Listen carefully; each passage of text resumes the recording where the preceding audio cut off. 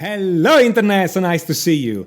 Now, does it happen ever to you guys that you're writing a riff or have a musical idea and then you get stuck? So you have a great musical idea, it sounds great, but you don't know how to go from there to a full song. It used to happen to me all the time whenever I was writing song and I was starting getting my feet wet in songwriting, and you get the perfect idea, it sounds good, but the only way you know how to make a song is just to repeat this idea over and over and over ad nauseam. And it's really not the best way to write a song. You would agree with me, right? So today I want to show you a very simple technique to take a riff or a lick that you have and create variation so you can build a song. I call this technique the lickety-split technique.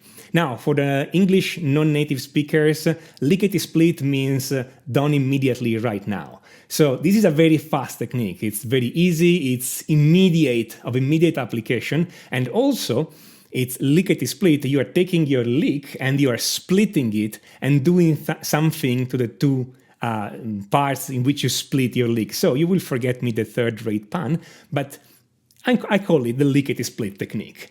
Now, some time ago, a student asked me to explain those things, how to create variations on the lick, and I explained her this technique. So you're going to see that lesson, and I recommend you guys pick up your guitar and follow along so we can do together everything that she was doing, and you can learn how to do this right now in real time. Let's go. I find it quite easy to, well, not easy, but I come up with a lot of ideas for riffs, for licks and stuff, but I can never develop them. Mm-hmm. And I was wondering if you had any tips for how to develop that sort of thing. I do. I have some. Don't worry. Okay. Do you have a specific? Do you have a specific riff in mind?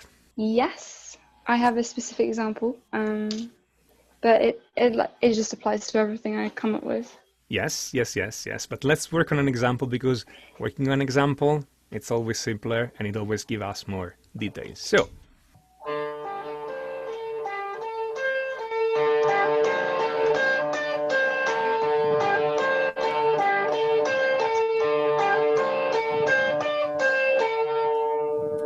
In what scale are you? In what key are you? And if not, what notes are you playing? That's a good question. So it's the open D string. Then I'm playing that's G, A, C, and D. Okay, so you are in D minor pentatonic. Mm-hmm.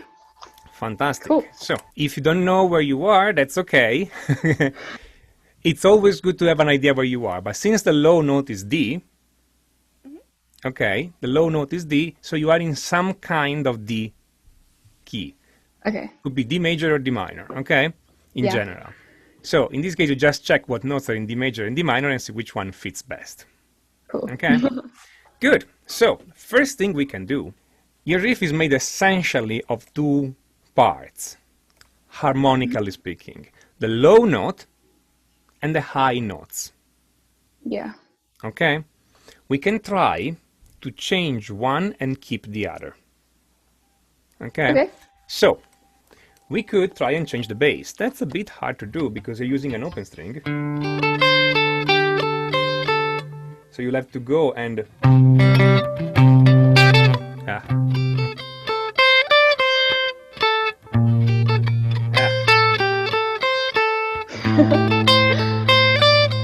Okay, right now I'm playing, as bass I'm playing the D, C, B flat, A, which are straight from the D minor scale. Okay, now it would be easier to play without the pick for me right now.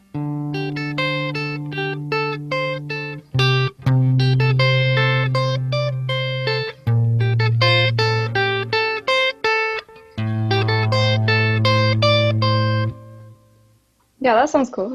Good. If you cannot do this with the guitar, you split the parts and give the bass to the bass, okay, or to another guitar, so the other guitar can play power chords. And you just play the higher part. Okay. So I just look at your lick, I split it in two parts based on how high or low are those notes, and change the low part while keeping the high part the same. Okay. I can do the opposite. Okay? To do the opposite, again, you keep the open string, so the D low open string, and you change the higher notes. So, right now, the high part, it's on the D minor pentatonic. I can move these, the D minor pentatonic, but one position below. Okay? The notes in the D minor pentatonic are D, F, G, A, and C.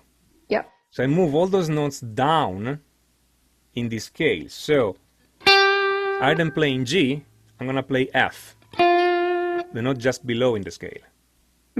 Rather than playing A, I'm playing G. Rather than playing C, I'm playing A. Rather than playing D, I'm playing C. And just shifting everything down in this scale. So now it sounds this way.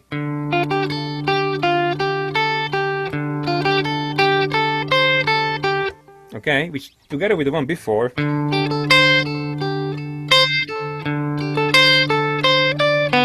oops.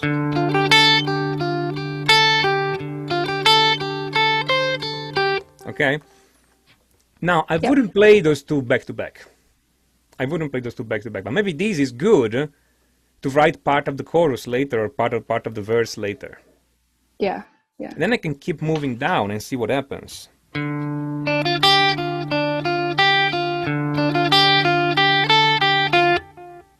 Okay, or no, wait.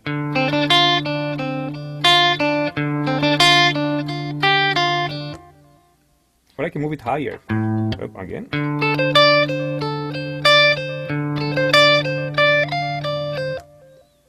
So just moving it up or down in this scale.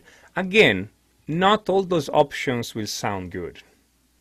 You try them and you pick one that sounds good or two that sounds good, and with those you build either your verse or your chorus, or it's a variation of the lick. Okay. And now it's your turn to do all these.